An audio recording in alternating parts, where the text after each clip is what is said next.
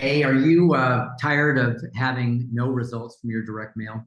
Now, listen, direct mail is a formulaic, strategy, and you may or may not be using what I'm about to show you. But I'm going to do a 3 or 4 part on this idea around direct mail. And I know, for some of you, that's very old school stuff, and for others of you, you're like still doing that. I just came across a panel of people, of old friends of mine, and one of the guys is sending out lots of direct mail, doing, making about $4 million a year in income. So, when people tell me this doesn't work, I'm telling them that's BS. It does work. And there are other ways to do things, right? Certainly today we have a mix of marketing that can be very many different strategies and very different kinds of tools we can use.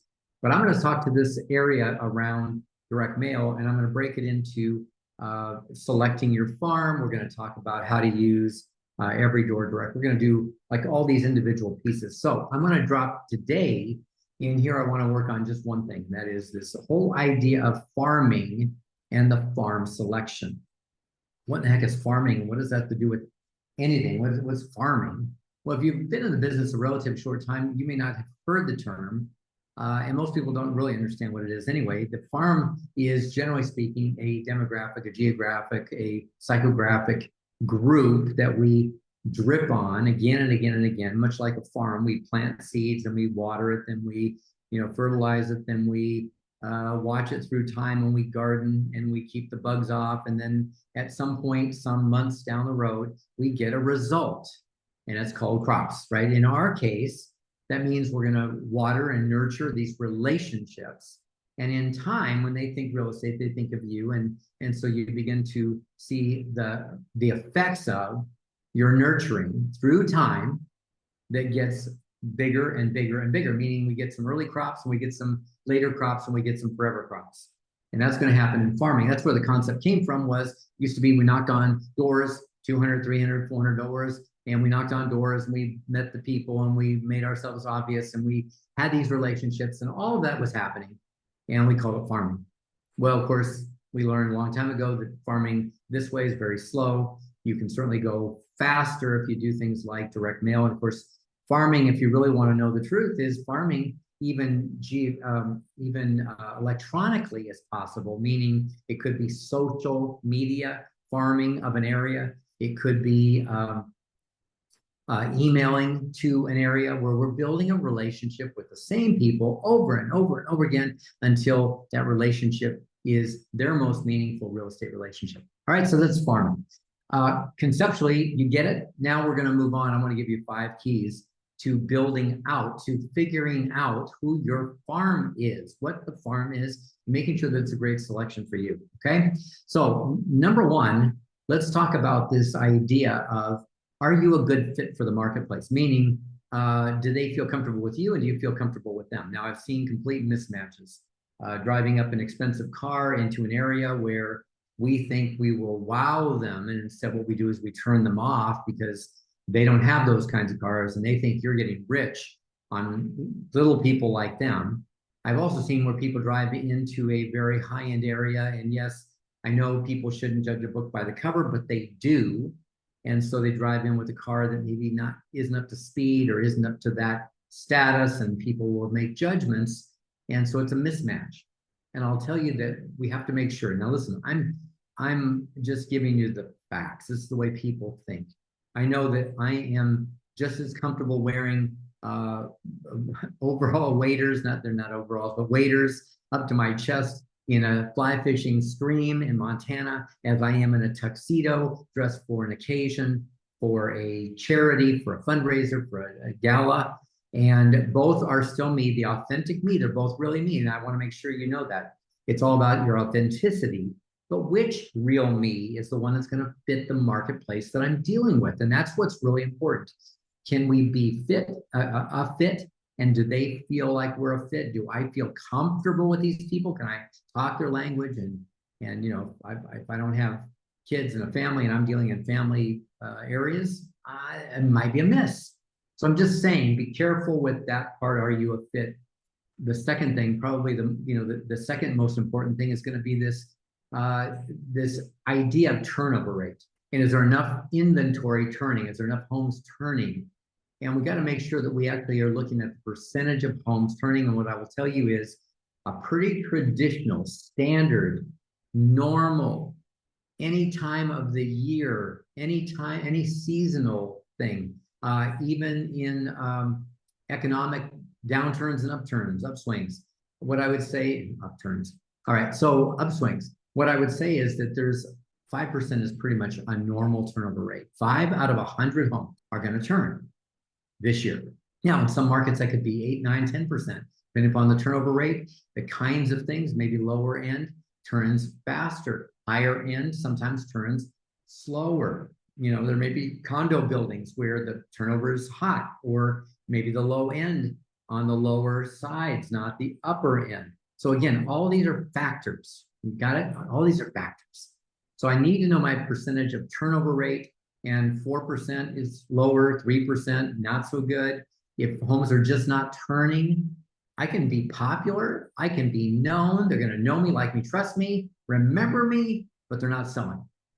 So it does me no good. I'm just throwing money at the wind. And of course, we could find that the turnover rate starts to go 7, 8, 9, 10%. We've seen buildings in downtown areas where we see 15, 18% turnover. Oh my gosh, it's a bonanza. Oh my gosh, it's a gold mine. Okay, so turnover rate does matter. Third, and the third thing I want you to really think about here is this idea of, is there enough homes turning, and have you got enough homes in your farm to support your goals?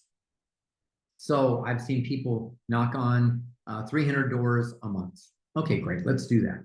All right, let's not. But you knock on 300 doors, there's 300 people, 5% turnover rate, 15 homes are going to turn. You're not going to get them all. In fact, if you get 25 to 40%, I'd say you're doing pretty good.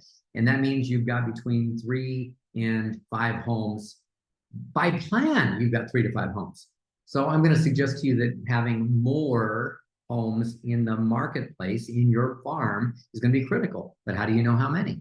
Well, that's where it gets really interesting, because we want to take the turnover rates that we're aware are there, 5% being fairly normal.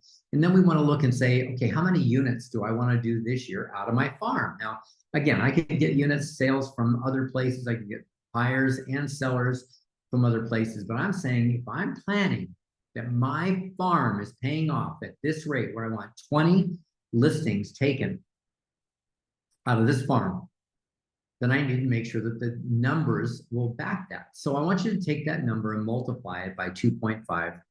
And that puts you so that we're assuming that you can capture 40% market share.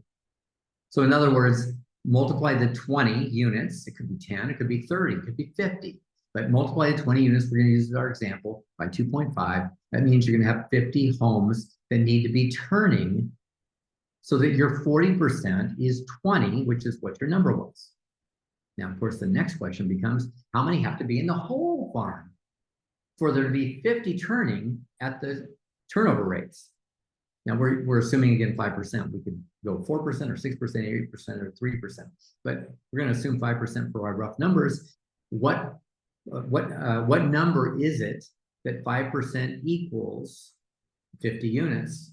Well, that's a pretty easy math. That's why I used it, because 5% of 1,000 homes is 50. You're getting your 40%, and that's 20. And now the numbers all align for your success. So does that make sense? That we're going to make sure that we've got enough homes turning, and that there's enough homes in the marketplace, so that my percentage, now, by the way, if you're only at 25% market share, your numbers have to go higher. If you're a dominant force, I know people that have captured 50, 60, 70%, your numbers can be lower, or you're just going to enjoy greater success. Okay, so that's number 3. Number 4, very important here, and that is there currently a dominant realtor in this area? Meaning, is there somebody else who's already got a massive market share? And what I want to tell you is, and warn you is, I know in your head, you know people, you know a realtor, you go, oh, that guy, oh my gosh, she owns that whole marketplace. We see her all the time. Well, that may be true, but that may not be true in this market. And I don't want you to go with gut feeling and what you think. I want you to go with real numbers and what is true. And how do you know? Well, you're going to go to your 1,000 homes, and you're going to have your title company run the numbers for you, or you're going to do your own work through the MLS.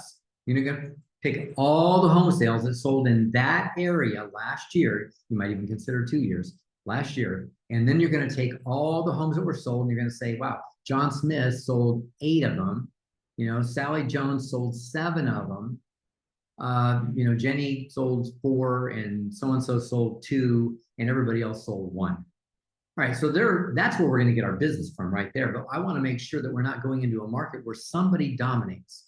So let's go back. I forget what his name was. John, maybe he has 8 houses sold out of 1,000 homes. He's got 8% market share, right? So it's nothing. It's of the 50 homes turning 8, which is what? 1/6, 1/7, something like that. So 14 to 16%. Not nearly 30%. I want to make sure that nobody's got 30% market share. If they do, let's not go after that marketplace. Don't give me any excuse about you're going to go in there and take it from the dominant player. That's a fake out, because you're going to lose more money than you're going to make. It's going to cost you more than you could go into so many other markets where there's no dominant realtor. Okay, really important. And then the 5th and final thing here is this. We want to make sure that you remember, people forget fast. They forget fast. So we think, it's really about the frequency. How often do they see me? How often are they seeing my stuff? How often are they hearing from me? So again, farming may not be only direct mail, but it's direct mail, it's social, it's calls, it's, text messages. It's all that stuff collectively. Am I there all the time? So when they think of real estate, they automatically think of me. They know me, like me, trust me, and by the way, remember me.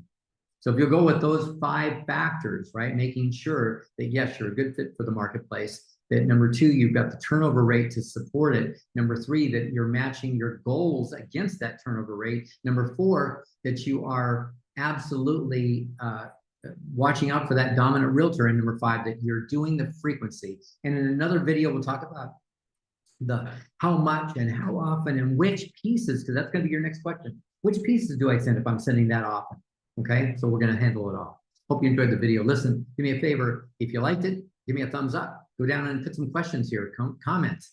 And then, of course, hit the bell and subscribe so that you'll know when the other videos come out of this series, but also so that you'll know when we're dropping video for you to help you grow your business.